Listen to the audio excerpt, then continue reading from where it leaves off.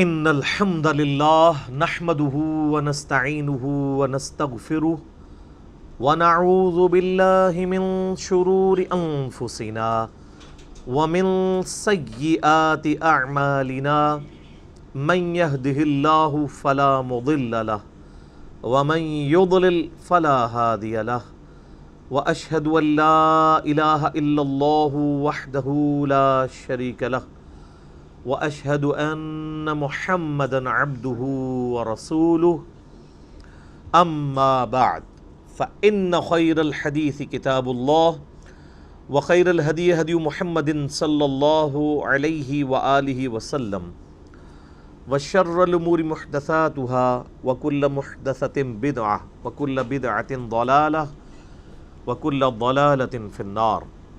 اعوذ بالله السميع العليم من الشيطان الرجيم من همزه ونفخه ونفثه. بسم الله الرحمن الرحيم. رب اشرح لي صدري ويسر لي امري واحلل عقدة من لساني يفقهوا قولي. بسم الله الرحمن الرحيم. ان الله وملائكته يصلون على النبي يا ايها الذين آمنوا صلوا عليه وسلموا تسليما. اللهم صل على محمد وعلى آل محمد كما صليت على إبراهيم وعلى آل إبراهيم إنك حميد مجيد. اللهم بارك على محمد وعلى آل محمد كما باركت على إبراهيم وعلى آل إبراهيم إنك حميد مجيد. اللهم ربنا آتنا في الدنيا حسنة وفي الآخرة حسنة وقنا عذاب النار. ربنا آتنا من لدنك رحمة وهيئ لنا من أمرنا رشدا. لا إله إلا أنت سبحانك إني كنت من الظالمين. حسبنا الله ونعم الوكيل. يا حي يا قيوم برحمتك أستغيث أصلح لي شأني كله ولا تكلني إلى نفسي طرفة عين ولا حول ولا قوة إلا بالله العلي العظيم. آمين. الحمدللہ آج 18 اگست 2019 کو سنڈے کے دن قرآن کلاس نمبر 337 میں 337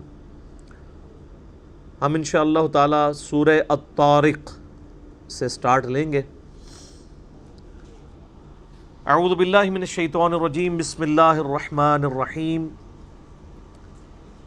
والسماء والطارق. قسم ہے آسمان کی اور رات کو نمودار ہونے والی چیز کی. وہ چیز کون سی ہے وہ آگے ذکر آ رہا ہے. وما ادراک ما الطارق. اور تمہیں کیا معلوم کہ الطارق رات کے وقت ظاہر ہونے والی چیز کیا ہے. النجم الثاقب. ایک نہایت ہی روشن ستارہ. موسٹ پروبیبل اس سے مراد نارتھ سٹار ہی ہوگا، کیونکہ نارتھ سٹار جو ہے ایک تو اس کی پوزیشن کبھی بھی چینج نہیں ہوتی، فکس رہتی ہے ود رسپیکٹ ٹو زمین. اسی لیے آپ نے جب کبھی بھی زمین کے اوپر ڈائریکشن یا سمت معلوم کرنی ہو تو نارتھ سٹار کو لوکیٹ کیا جاتا ہے، جو ایک بڑا سا ایک دب اکبر بنتا ہے آسمان کے اوپر، 7 ستاروں کا ایک چمچ نما نقشہ سا آسمان پہ. اس کے جو فرنٹ والے 2 ستارے ہوتے ہیں ان کی سیدھ میں سب سے روشن ستارہ جو ہے وہ نارتھ سٹار ہوتا ہے.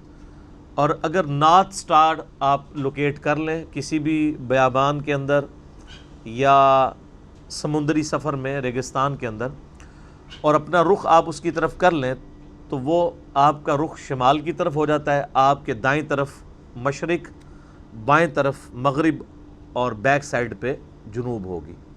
ایک سمپل فارمولہ ہے. اسی کو کمپاس کے ذریعے بھی معلوم کیا جاتا ہے، چونکہ کمپاس کے جو نیڈلز ہیں وہ سوئیاں ہمیشہ نارتھ کی طرف وہ پوائنٹ آؤٹ ہوتی ہیں، کیونکہ ارتھ میگنیٹک فیلڈ موجود ہے، جس کی وجہ سے آپ جب بھی کمپاس رکھیں گے تو آپ کی وہ جو سوئی ہے وہ نارتھ کی طرف ہو جائے گی. اسی کے اوپر آپ کو نارتھ سٹار بھی نظر آئے گا. میں نے پہلے بھی عرض کیا کہ مخلوقات میں اللہ تعالیٰ جن چیزوں کی بھی قسم یاد فرماتا ہے اس اعتبار سے یاد فرماتا ہے کہ یہ اللہ تعالیٰ کے فزیکل فنامنا آف نیچر، قانون قدرت کے تحت یہ چیزیں چل رہی ہیں. دراصل ان چیزوں کا کمال نہیں ہے بلکہ ان چیزوں کو پیدا کرنے والے کا، کریٹر آف دا یونیورس کا کمال ہے جس نے یہ اتنی پرفیکٹ چیزیں پیدا فرمائی ہیں۔ اس قسم کو یاد فرمانے کے بعد اللہ تعالیٰ فرماتا ہے ان کل نفس لما علیہا حافظ، کوئی شخص ایسا نہیں ہے جس کے اوپر اللہ تعالیٰ کی طرف سے محافظ مقرر نہ ہو، یعنی ہر انسان کے اوپر اللہ تعالیٰ نے فرشتوں کو محافظ کے طور پر مقرر کیا ہوا ہے جو اس کے نامہ اعمال لکھتے رہتے ہیں۔ کیونکہ ہم اس سے پہلے بھی سورہ المطففین میں پڑھ چکے ہیں ان فرشتوں کے بارے میں ذکر کہ اللہ تعالیٰ نے ایسے فرشتے مقرر کیے ہیں جو کہ انسان کے نامہ اعمال لکھتے رہتے ہیں۔ سورہ الانفطار کے اندر وَإِنَّ عَلَيْكُمْ لَحَافِظِينَ، اور بے شک ہم نے تم پر فرشتے مقرر کیے ہیں کرامن کاتبین، جو کہ لکھنے والے معزز فرشتے ہیں، یعلمون ما تفعلون، وہ جانتے ہیں جو کچھ تم کرتے ہو۔ بخاری اور مسلم میں اس کی ڈیٹیل بھی آتی ہے کہ فرشتوں کے تبدیلی کے اوقات فجر اور عصر کی نماز کا وقت ہوتا ہے۔ فجر کے وقت فرشتے آتے ہیں اور جو اس سے پچھلے دن عصر کے وقت کے فرشتے آتے ہیں وہ رخصت ہو جاتے ہیں، پھر یہ فرشتے عصر تک ڈیوٹی کرتے ہیں اور عصر کے وقت پھر نئے فرشتے آ جاتے ہیں اور وہ پھر فجر تک ڈیوٹی کرتے ہیں۔ اور بخاری مسلم میں آتا ہے کہ جب یہ فرشتے اللہ کے پاس جاتے ہیں تو اللہ تعالیٰ ان سے پوچھتا ہے کہ میرے بندوں کو کس حال میں پایا؟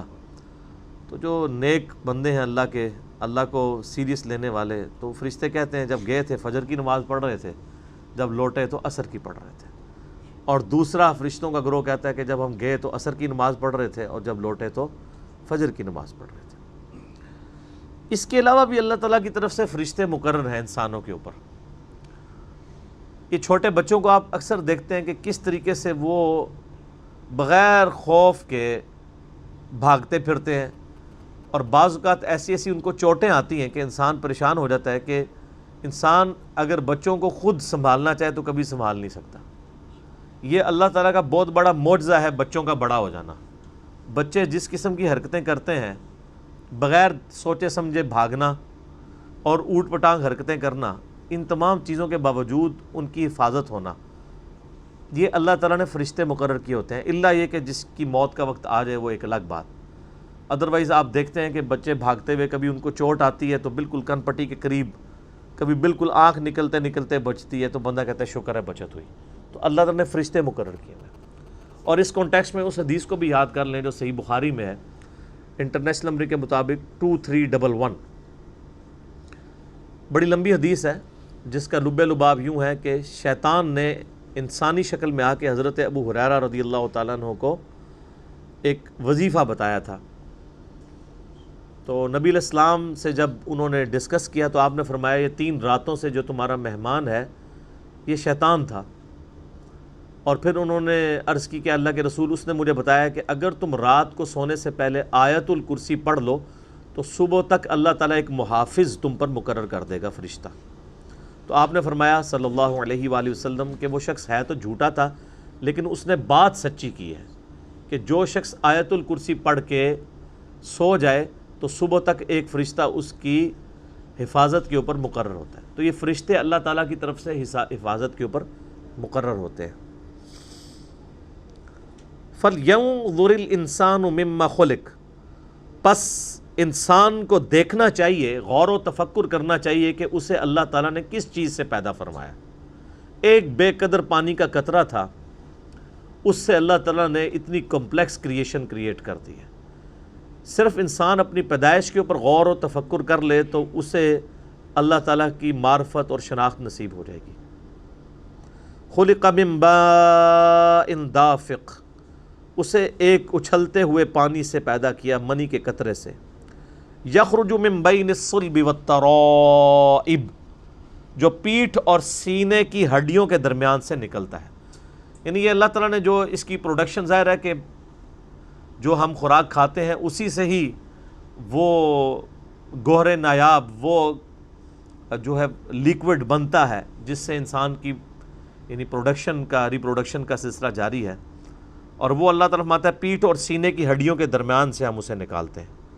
اِنَّهُ عَلَىٰ رَجْعِهِ لَقَادِرٌ، بے شک وہ ہستی جس نے انسان کو ایک بے قدر پانی سے پیدا کیا ہے اسے واپس لانے پر بھی قادر ہے۔ یعنی وہ جب گل سڑ کے مٹی ہو جائے گا، وہ اللہ جس نے بے قدر پانی کے قطرے سے انسان کو پیدا کیا وہ اس پر بھی قادر ہے کہ جب انسان گل سڑ کے بالکل ہڈیاں بن جائے گا اللہ تعالیٰ دوبارہ اسی انسان کو واپس لے آئے۔ یہ اللہ کی قدرت ہے۔ یوم تبلی السرائر، یاد کرو اس دن جب سب کے سب راز فاش کر دیے جائیں گے۔ یعنی دنیا میں انسان نے کوئی چھپا کے قتل کیا تھا، دنیا کو تو پتہ نہیں چلا، دنیا کی پولیس سے بھی آپ نے آنکھیں چھپا لیں، عدالتوں سے بھی بچ گئے جھوٹی گواہیوں کے ذریعے، لیکن قیامت والے دن جس شخص نے دنیا میں جرم کیا ہوگا وہ اللہ تعالیٰ کی پکڑ سے بچ نہیں پائے گا، سارے کے سارے راز کھل جائیں گے۔ اور اللہ معافی دے، یہ جو راز کھلنے ہیں نا، بڑے بڑے نیکوکاروں کی مٹی پلید ہو جانی ہے۔ دنیا میں انہوں نے نیکوکاری کے لبادے اوڑے ہوئے تھے، لوگ ان کی بڑی عزت کرتے تھے۔ قیامت والے دن جب ان کے اوپر برا وقت آئے گا تو انسان یعنی پریشان ہو جائے گا کہ یار یہ حضرت صاحب بھی۔ صحیح بخاری اور مسلم دونوں میں حدیث ہے، نبی صلی اللہ علیہ وآلہ وسلم نے فرمایا کہ میں نے اپنی امت کے وائزین کو اپنی انتڑیوں کے گرد گدھے کی طرح چکر کاٹتے ہوئے دوزخ میں دیکھا ہے۔ جس طرح آج کل ہمارے یہاں پہ سب کانٹیننٹ میں تو رواج ہے نا بیل کو جوتا جاتا ہے، اس طرح گدھے بھی جوتے جاتے تھے، جو ایک کولو کے جس طرح یہ بیل ہوتے ہیں تو وہ چکر کاٹتے تھے پانی نکالنے کے لیے یا سٹے سے گندم کے دانوں کو الگ کرنے کے لیے، ان کے پاؤں وہاں پڑتے تھے۔ تو جس طرح گدھے یوں گھومتے رہتے ہیں نا، اس طرح اپنی انتڑیوں کے گرد ان کو گھومتے ہوئے میں نے دیکھا ہے۔ اور نبی علیہ السلام فرماتے ہیں کہ اہل جنت پھر ان سے پوچھیں گے کہ یہ تم لوگ تو تمہاری باتیں سن کے تو ہم جنت میں پہنچ گئے، ہائے ہائے ہائے ہائے ہائے، تو تم لوگ کیوں جہنم میں ہو؟ تو وہ کہیں گے کہ ہم جو کہا کرتے تھے اس پہ خود عمل نہیں کیا کرتے تھے۔ اس لیے وہ کہا جاتا ہے نا کہ مولوی جو کہہ رہا ہوتا ہے نا اس پہ آپ عمل کریں، مولوی جو کر رہا ہوتا ہے نا اس پہ عمل نہ کریں، کیونکہ کرنا جو ہے نا وہ مشکل کام ہے، نیکی کا کام۔ لوگوں کو واعظ و نصیحت کرنا بہت آسان کام ہے۔ تو اس دن راز فاش کر دیے جائیں گے۔ اللہ تعالیٰ انسان کے گناہوں پہ پردہ ہی رکھے۔ ہماری تو یہ دعا ہے کہ اللہ تعالیٰ دنیا اور آخرت میں ہم سے درگزر والا معاملہ فرمائے۔ ایسا بھی ہوگا کہ بعض لوگوں کے گناہوں پہ اللہ تعالیٰ پردہ رکھ لے گا، ان کے ظاہر ہے کہ وہ ان نیک اعمال کے سبب بھی ان کے ساتھ ایسا ہو رہا ہوگا، باقی جس کی مٹی پلید ہونی ہے وہ تو ہو جانی ہے۔ اور میں نے دیکھا ہے ریاکار لوگوں کو، تو بخاری میں حدیث ہے، نبی علیہ السلام نے فرمایا کہ اللہ تعالیٰ ریاکار کو اس وقت تک موت نہیں دیتا جب تک کہ ایک دفعہ اس کی ریاکاری پبلک کے سامنے عیاں نہ کر دے۔ ہم نے کئی علماء کو دیکھا ہے پوری زندگی لوگوں کو دھوکہ دیے بیٹھے ہوتے ہیں اور پھر الٹیمیٹلی ان کا وہ پورے کے پورے کچے چٹے کھل کے سامنے آ جاتے ہیں سکینڈلز کی فارم میں اور ایشوز میں۔ اور جب سے ہماری ویڈیوز آئی ہیں تو زندہ اور مردہ سارے بزرگوں کے کچے چٹے کھل کے سامنے آنا شروع ہو گیا۔ تو الا ماشاء اللہ تعالی فما له من قوت ولا ناصر، تو جب وہ راز فاش کر دیے جائیں گے فما له من قوت ولا ناصر، پس اس دن نہ تو اس شخص میں خود کوئی زور ہوگا اللہ سے بچنے کا، ولا ناصر، اور نہ اس کا کوئی مددگار ہوگا۔ یعنی قیامت والے دن اللہ تعالیٰ سے کوئی نہیں چھڑا سکے گا۔ جب وہ شخص اللہ تعالیٰ کی گرفت میں آ جائے گا، نہ تو وہ خود اپنی طاقت کے ذریعے بچ سکتا ہے، نہ اس کو کوئی دھونس کے ساتھ بچا سکتا ہے۔ یہ شفاعت بالاذن کا معاملہ بھی سمجھیں، یہ شفاعت بالوجاہت نہیں ہے کہ دھونس کے ساتھ کسی کو چھڑوا لیا جائے۔ قرآن کی جو ڈاکٹرائن ہے اس ڈاکٹرائن کے اندر شفاعت جو ہے وہ اللہ کی اجازت سے ہے، اللہ جس کے لیے اجازت دے دے گا اس کے لیے شفاعت ہو جائے گی۔ اللہ تعالیٰ کے حضور کوئی شخص کسی کو دھونس کے ساتھ زبردستی کے ساتھ چھڑوا نہیں سکتا، تو اسی لیے اللہ فرما رہا ہے کوئی وہاں پہ مددگار نہیں ہوگا۔ اور اس کا کلائمیکس وہ حدیث ہے جو بخاری اور مسلم دونوں میں ہے، اے میری بیٹی فاطمہ، میرے مال سے جو کچھ لینا ہے لے لے، اگر اللہ کے حضور تو پکڑی گئی قیامت کے دن تو میں تجھے اللہ کے حضور چھڑوا نہیں سکوں گا۔ یعنی دنیا میں تو میں اپنے مال سے تجھے جو ہے وہ اکوموڈیٹ کر سکتا ہوں، لیکن اللہ کے حضور اگر پکڑ ہو گئی تو پھر قیامت والے دن میں تمہیں اللہ کے عذاب سے چھڑوا نہیں سکوں گا، والعیاذ باللہ تعالی۔ اللہم اجرنا من النار، اللہم من احییتہ منا فاحیہ علی الاسلام ومن توفیتہ منا فتوفہ علی الایمان، آمین۔ والسماء ذات الرجع، قسم ہے آسمان کی جس سے بارش برستی ہے۔ ظاہر ہے کہ وہ آسمان کی قسم اس لیے ہے کہ اللہ تبارک و تعالیٰ نے کریٹر آف جو آسمان ہے اس کی قسم یاد فرمائی ہے، اور بارش کے اوپر ہی سب کا سب، یعنی یہ نظام زندگی ڈیپینڈنٹ ہے۔ بارش ختم ہو جائے تو دنیا سے انسانیت ہی ختم ہو جائے گی، جاندار ختم ہو جائے گی۔ یہ پورے کا پورا واٹر سائیکل جو ہے وہ بارش کے اوپر ڈیپینڈنٹ ہے۔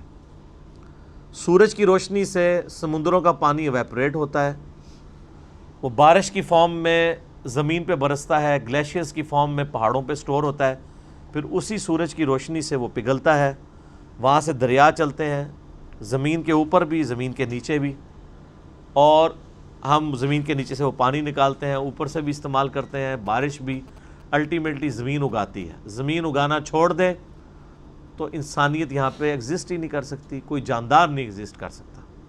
تو اللہ تعالیٰ مارا ہے کہ قسم ہے آسمان کی جس سے بارش برستی ہے، والارض ذات الصدع، اور اس زمین کی جو بارش سے پھٹتی ہے، یعنی وہ بارش زمین میں پڑتی ہے تو جو دانہ ہم نے بویا ہوتا ہے اس تک جب وہ نمی پہنچتی ہے تو وہ دانہ پھٹتا ہے، اس میں سے دو پتیاں نکلتی ہیں اور پھر باہر نکلتی ہیں، اور الٹیمیٹلی جو ہے وہ کھیتی اور درخت سامنے آتے ہیں۔ ظاہر ہے کہ اللہ کی قدرت کا شاہکار ہے۔ سر کسی شخص کو یہ نہ پتا ہونا کہ بیج میں سے درخت نکلتا ہے یا کھیتی، آپ اسے منوا ہی نہیں سکتے۔ یہ تو ہمارے ایکسپیرینس میں چیزیں آئی ہیں نا، اس لیے ہم مان رہے ہیں۔ کائنات میں ہر چیز معجزہ ہے۔ یہ الگ بات ہے کہ ہم کچھ معجزات کے عادی ہو چکے ہیں۔ یعنی اگر آپ مجھ سے پوچھیں نا، مردے کا زندہ ہونا یہ چھوٹا معجزہ ہے، انڈے میں سے چوزے کا نکلنا بڑا معجزہ ہے، لیکن اس کو چونکہ ہم بچپن سے آبزرو کر رہے ہیں تو اس کی وجہ سے ہمیں وہ آکورڈ نہیں لگتا۔ ورنہ یقین کریں جس شخص نے انڈے سے چوزا نہ نکلتا دیکھا ہو، اس کو جب پہلی بات آپ یہ بات بتائیں کہ یہ جو تم پوری زندگی انڈا توڑ کے کھا رہے ہو، لیسدار مادہ، اس میں سے چوزا نکلتا ہے، وہ کبھی ماننے کے لیے تیار نہیں ہوگا کہ یہ کیسے ہو سکتا ہے۔ اس لیسدار مادے میں تو دور دور تک کوئی چیز نظر نہیں آتی کہ اس میں سے اتنا خوبصورت چوزا نکلے جس کے اندر جان بھی ہو، اس کے پھر پر ہوں، پروں کی ایروفائل سٹرکچر ہو، اس کے اندر اس کے گردے ہوں، سارا بلڈ کا سسٹم ہو، پھر پیدا ہوتے ہی وہ اپنی خوراک تلاش کرنا شروع کر دے۔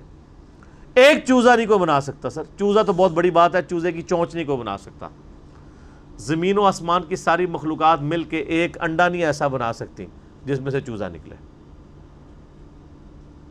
اس لیے تو بایولوجی کا یہ لا فائنل ہو چکا ہے کہ living things can never be created out of non living things.